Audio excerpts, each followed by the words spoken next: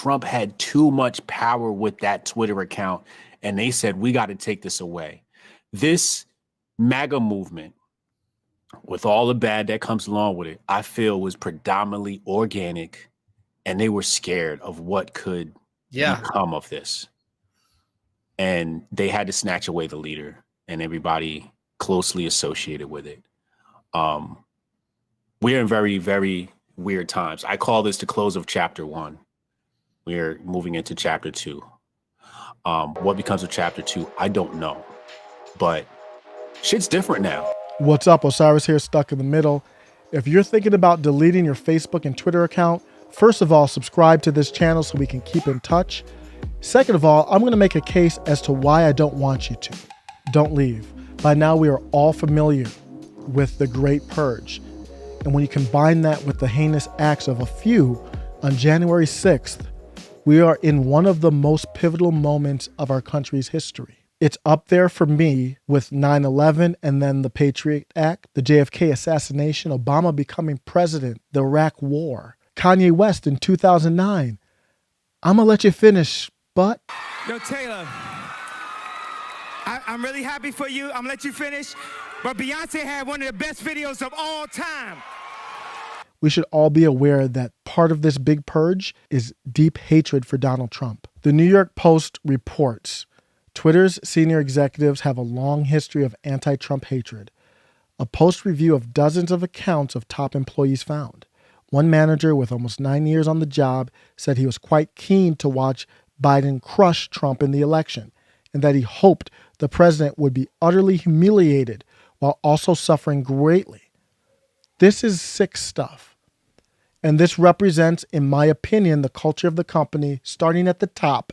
And you heard the words from that Project Veritas leak from Jack Dorsey. We are focused on one account right now, but this is going to be much bigger than just one account.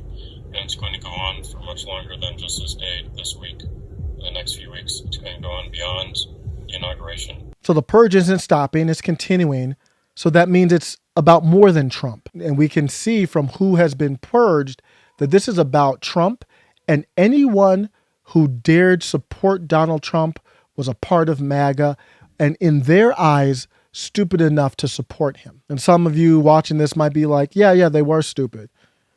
I don't agree about that. I don't agree with saying that about a fellow citizen. I know we can joke and play, but if we're getting serious, no, that's not what I want to say. Because pretty soon, once everyone's purged, that won't take that long to purge the conservative voices. Once that purge is done, who's next?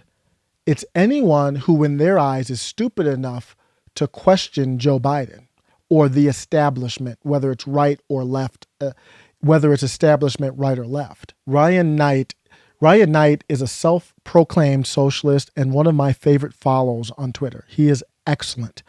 And I don't know if he has a bot tweeting all day, but he tweets all day just these really nice jabs and quotes that make you really think and question the status quo. I'm 100%. I don't agree with everything, of course, but I'm all for that. It makes you think.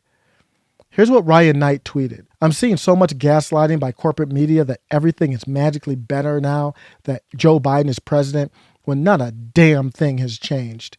The endless wars, the economic inequality, and the racial injustice will all continue because our corrupt system remains the same. He does tweets like that all day. And I agree with that 100%. How long do you think status quo? How long do you think don't question me establishment?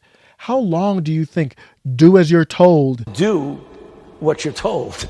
Establishment is going to put up with Ryan Knights all over Twitter and Apple Podcasts and iTunes and Google and YouTube taking jabs at the establishment time and time again when they have control of the TV media, but people aren't watching that trash anymore. There are people on YouTube, for example, that have a larger audience than daytime CNN. They're going out on their own. How long do you think they're going to put up with that? Jab after jab after jab that they can't control, doesn't fit the corporate talking points, actually makes you think. They're not reading off a teleprompter. Has over 300,000 followers, gaining, growing. They're not putting up with that for long. Y'all are crazy if you think they're going to put up with that. After they purge the MAGA voices, that's next. He's not long for Twitter. That's for sure. In my opinion, don't leave. Ryan Knight, don't leave. MAGA, don't leave. As long as you're not violent, we're looking for, civil discussion. Don't leave. Stay. We need you. This isn't about money. Jim Jordan tweeted earlier, and many people are talking about this, of Twitter and Facebook losing a combined $51 billion in stock value, market capitalization since the Great Purge has started. This isn't about money. They're not worried about that. They knew that was going to happen. It's a lot. They wish it wouldn't have happened, but a small temporary price to pay. Market capitalization goes up and down. That's modus operandi for any kind of company.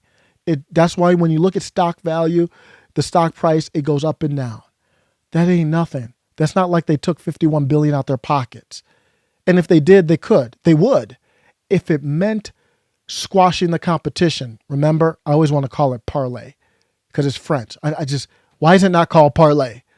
The Parler app was number one when it was taken down. Now, it was for our safety.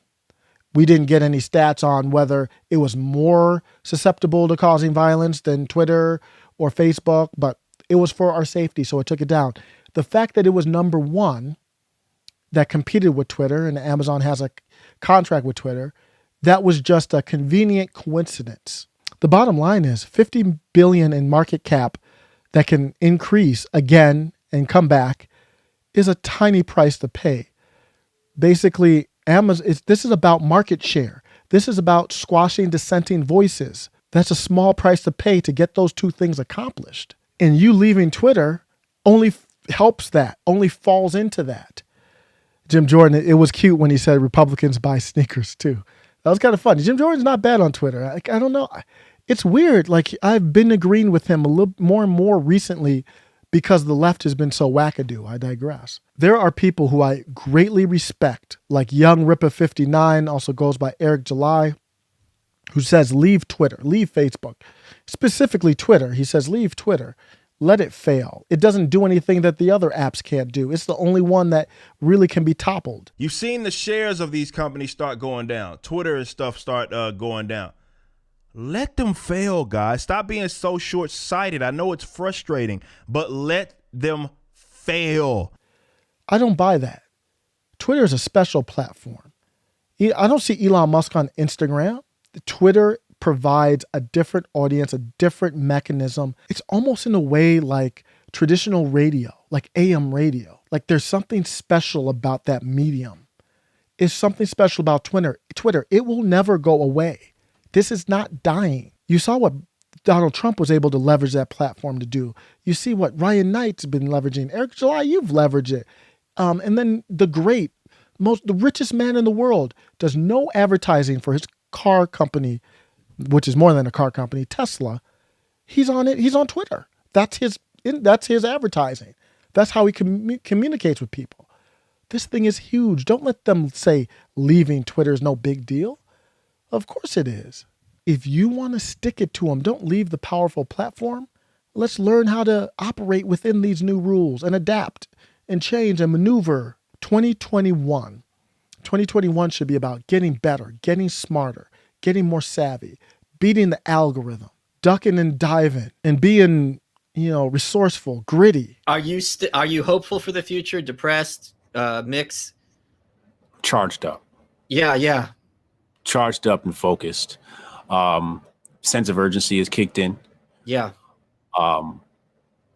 It's time to accelerate, time to get smarter, time to organize better.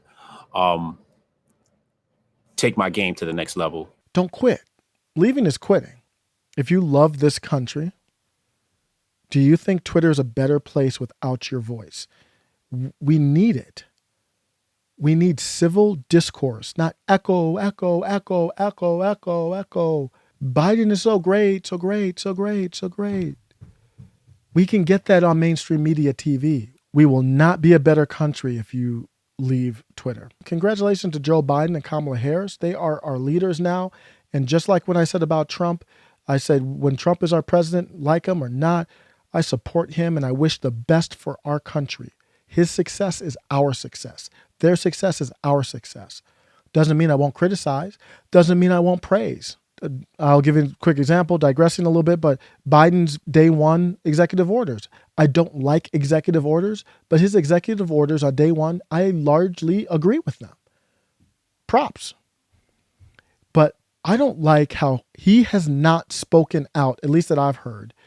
And this is such a big moment in our country. He should be talking about this more. For me, this is for me. I care about this because I think it is a huge deal in our country.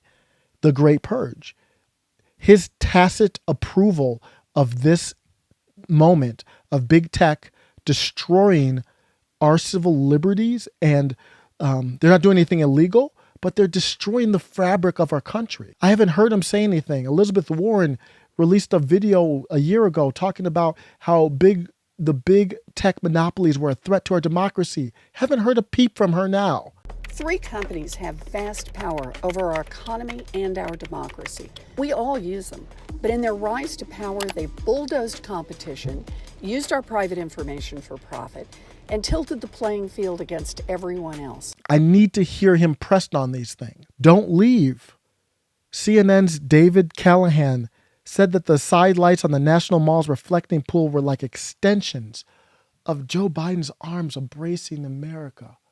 Or what we've been through throughout 4 years of the Trump presidency. And the contrast on display tonight was so stark. I mean, those lights that are just shooting out from the Lincoln Memorial along the reflecting pool, it's like almost extensions of Joe Biden's arms embracing America. It was a moment where the new president came to town and sort of convened the country in this moment of remembrance, outstretching his arms. And don't leave Twitter.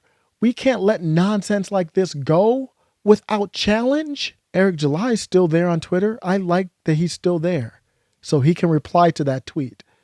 And there might be an 18-year-old, a 16-year-old that sees that tweet from Eric July and says, yeah, that's a little odd. I think we're better for that. So I will support our president. I will end on this. I want you to stay on Twitter because our president needs to be challenged. Our media needs to be challenged. Excuse me if I don't applaud while liberty dies under the guise of security and safety. Take care. In order to ensure the security and continuing stability, the Republic will be reorganized into the first galactic empire for a safe and secure society.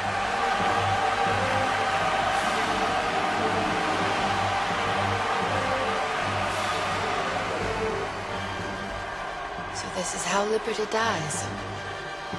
With thunderous applause.